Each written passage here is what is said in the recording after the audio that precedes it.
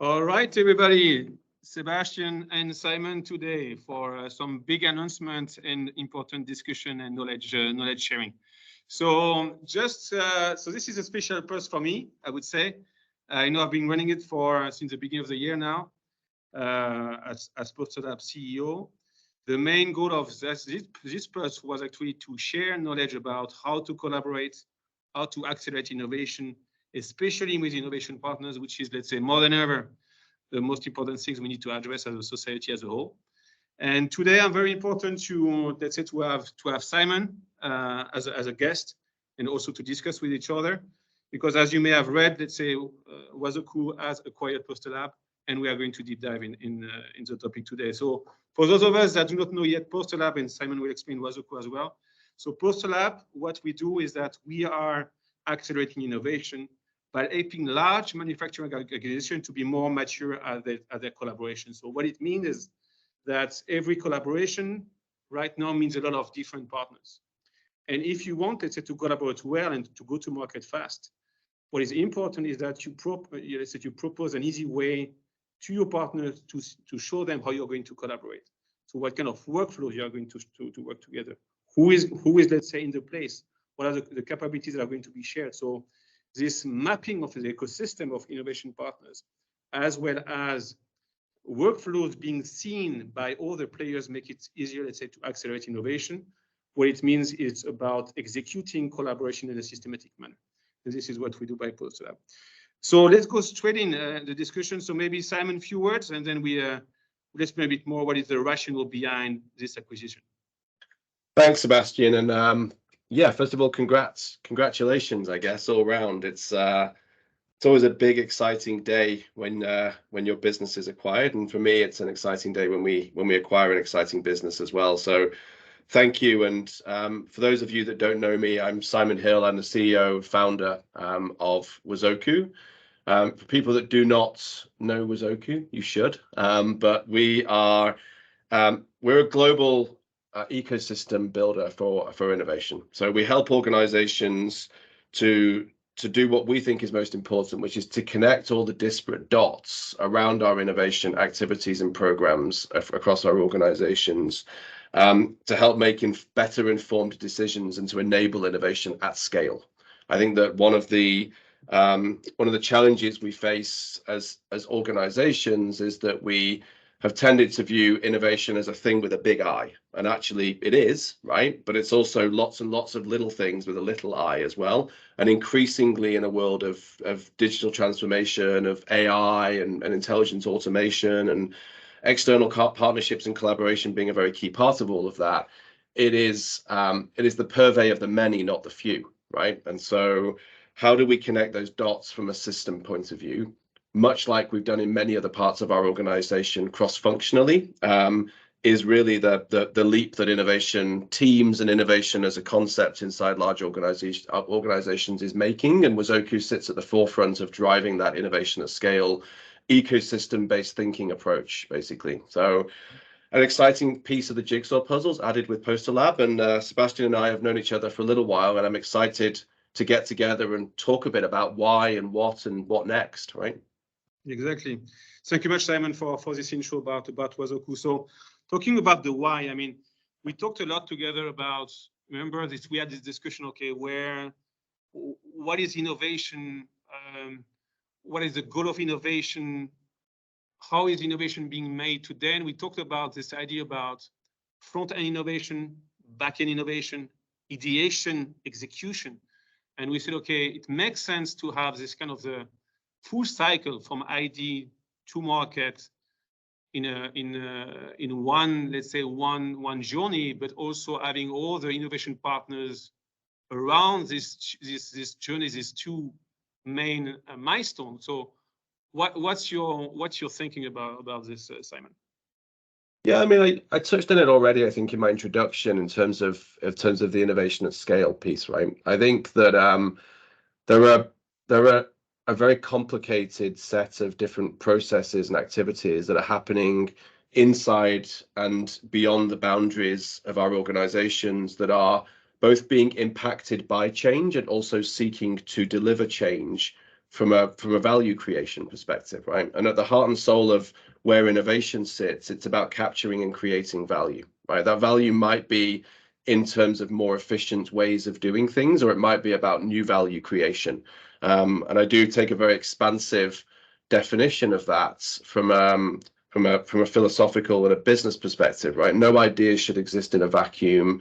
Innovation teams shouldn't exist in a vacuum, and we need to combine the three horizon thinking, the explore exploit thinking of our organizations to create a unique superpower. If you augment that with your external ecosystem, both your known ecosystem and the potential ecosystem that you could work with, which is both startups and universities and research organizations and NGOs and governments, but also the global crowd, right? This is the 5th acquisition that we'll have done in 3 years. The first one we did was to acquire Incentive that added this incredible global crowd of hundreds of thousands of innovators, inventors, and more.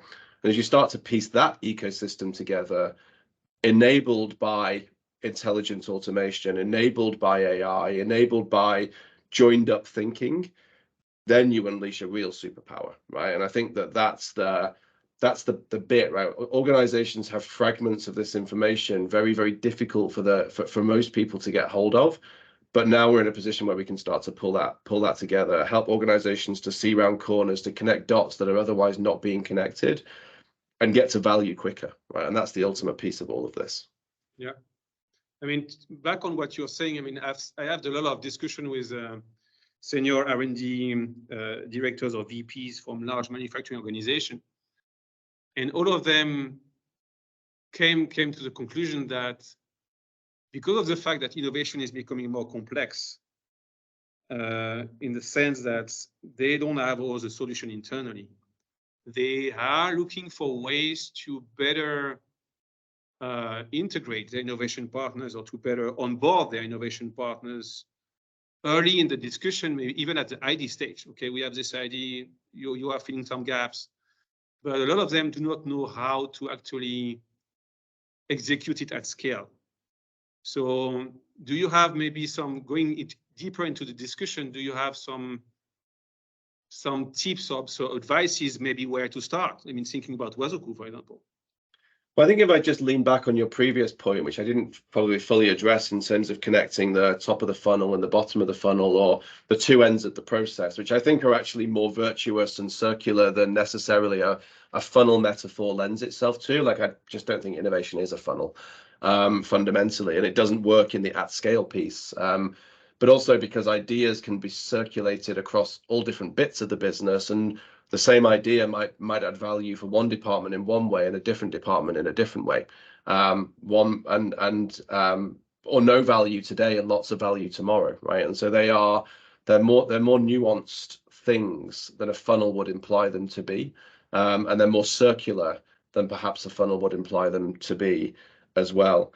The other piece of this, I think, though, is a really fundamental paradigm shift from silo, functional, closed business thinking into more open, co-creative business thinking, which is a harder shift for people to make, right? We've been trained as subject matter experts. We've been structured in org design models in a way that, you know, and we're incentivized quite frequently to conform to that normality as well.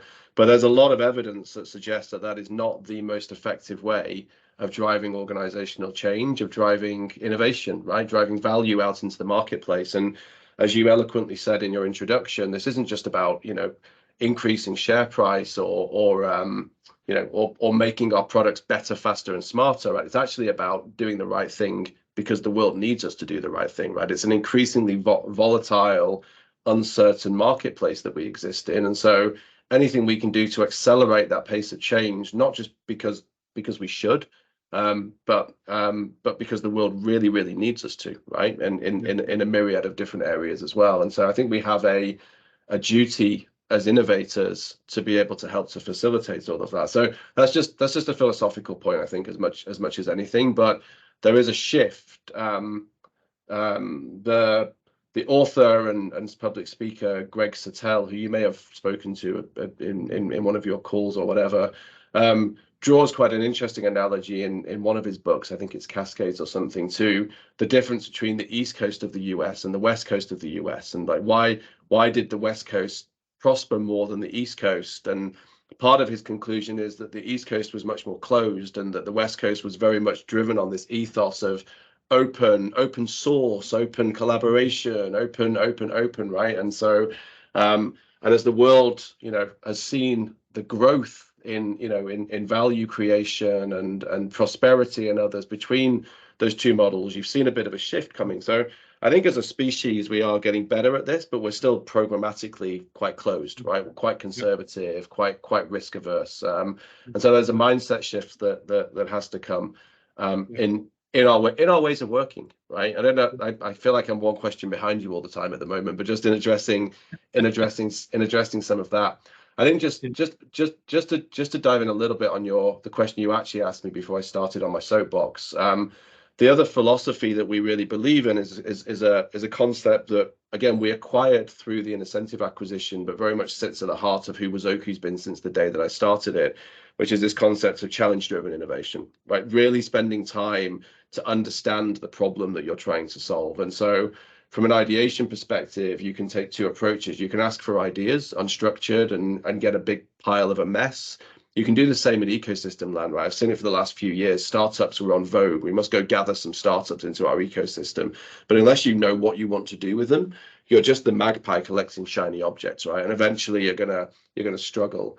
If you have no mechanism by which to track or understand what you're doing with them, then if you do nothing with them, then nobody else will ever know that they even existed in the organization. And so you create lots of duplication of efforts, lots of frustration for everybody involved, and basically no value, right? And so there's a huge amount that can come from really thinking about what is the problem that we're trying to solve, right? What is the opportunity, the value that we are trying to create here?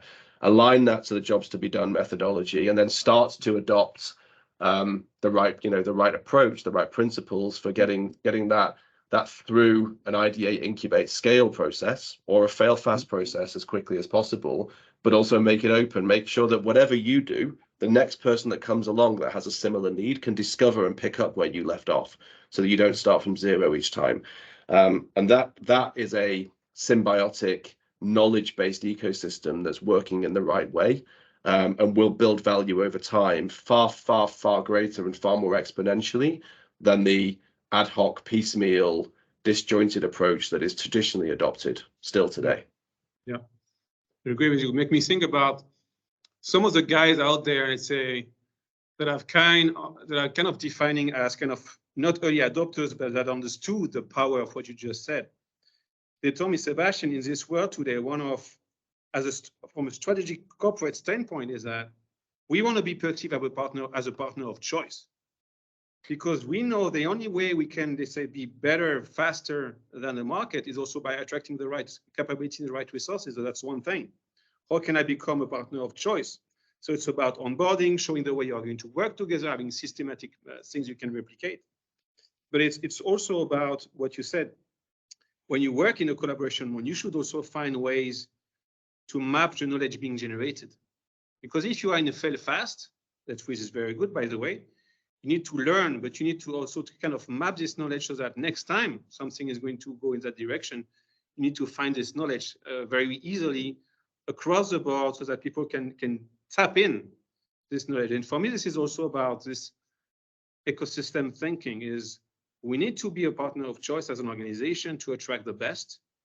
But at the same time, when we work with these people in a systematic manner, we need to track the knowledge being generated.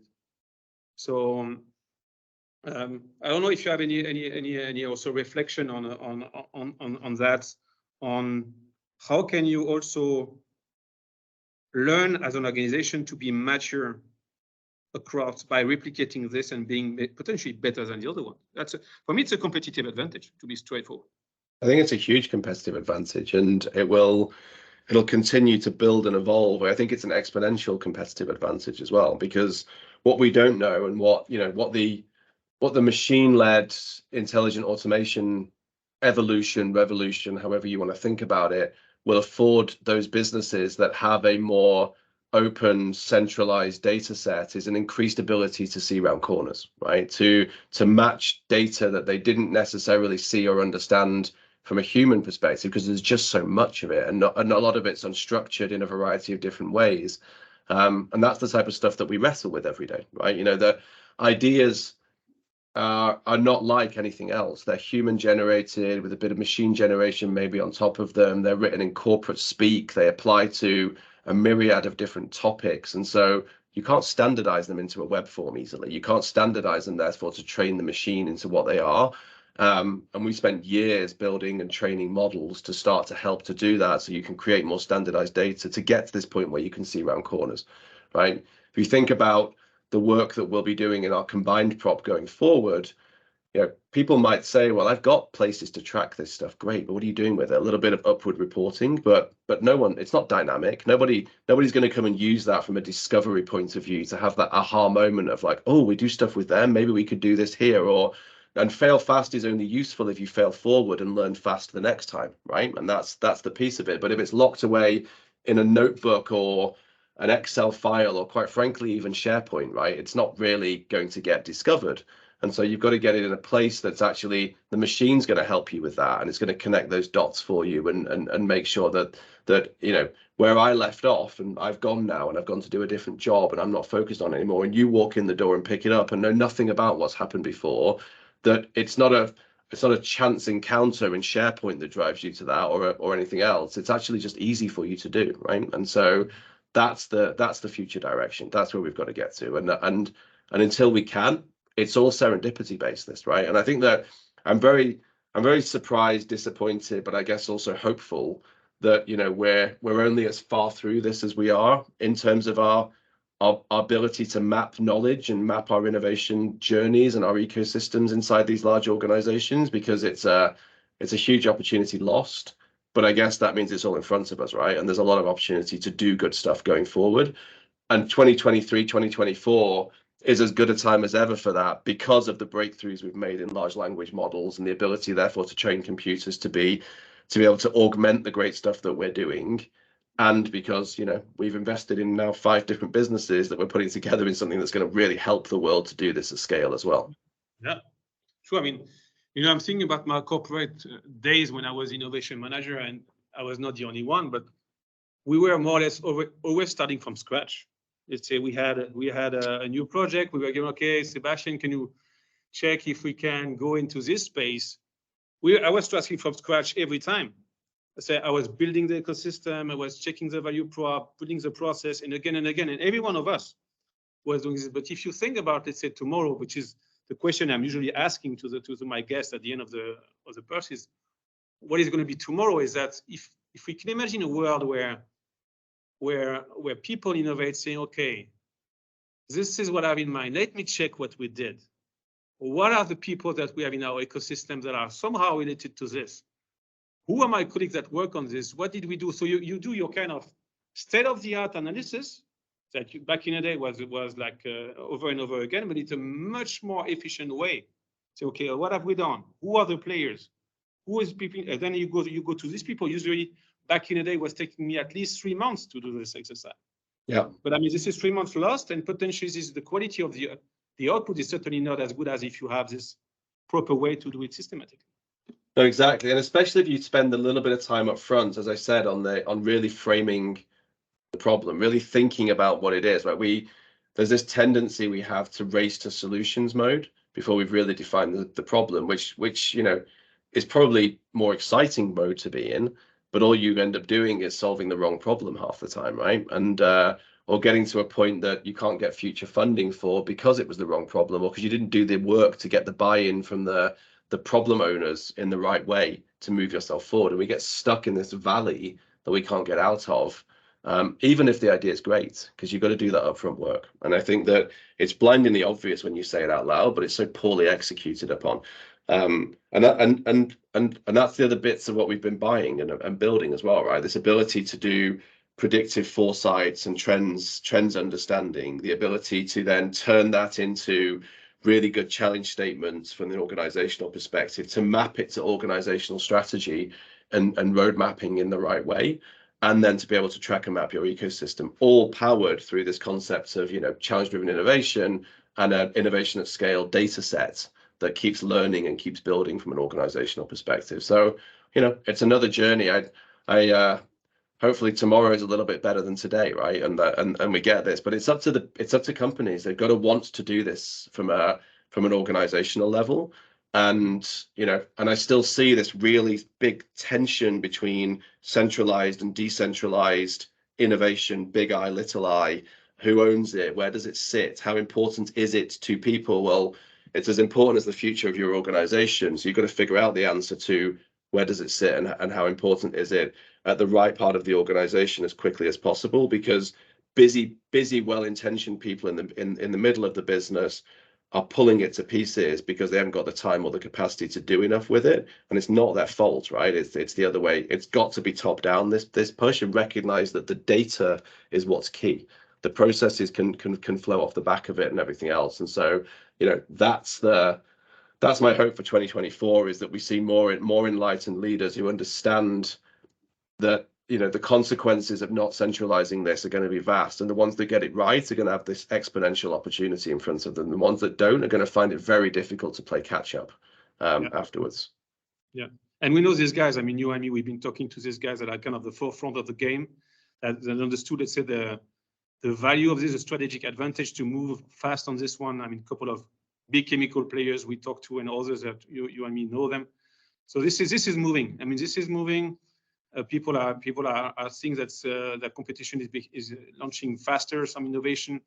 You have also, let's say, some carryover from the pharma world. You know, the pharma world is super good in this thing, and this is now, let's say, penetrating the other industries. So I mean, I know I'm biased, and we are biased, both of us. But I mean, this, when you look at let's say the rationale behind the early adopters moves, I'm pretty sure the market would follow. It would take time, sure, but things are going to change, and things are changing in the right direction. Simon, we are at the end of the pearls. I thank you for. I'm super happy. Let's say the journey continue with Wazoku. You guys are very professional. I told you. I mean, I talked with several of your team. Our customers are now with you, and the platform is being integrated. So I'm super much looking forward for that. And for the audience, thank you again for listening. For the one that are going to listen afterwards, if you want to know more about Wazoku, you go to Simon. I mean, he is super knowledgeable, as you can see. He's going to be more than happy to answer your question and share his experience. Thank you very much for Simon, and we keep in touch, obviously. Thanks, Sebastian. Thanks, everyone.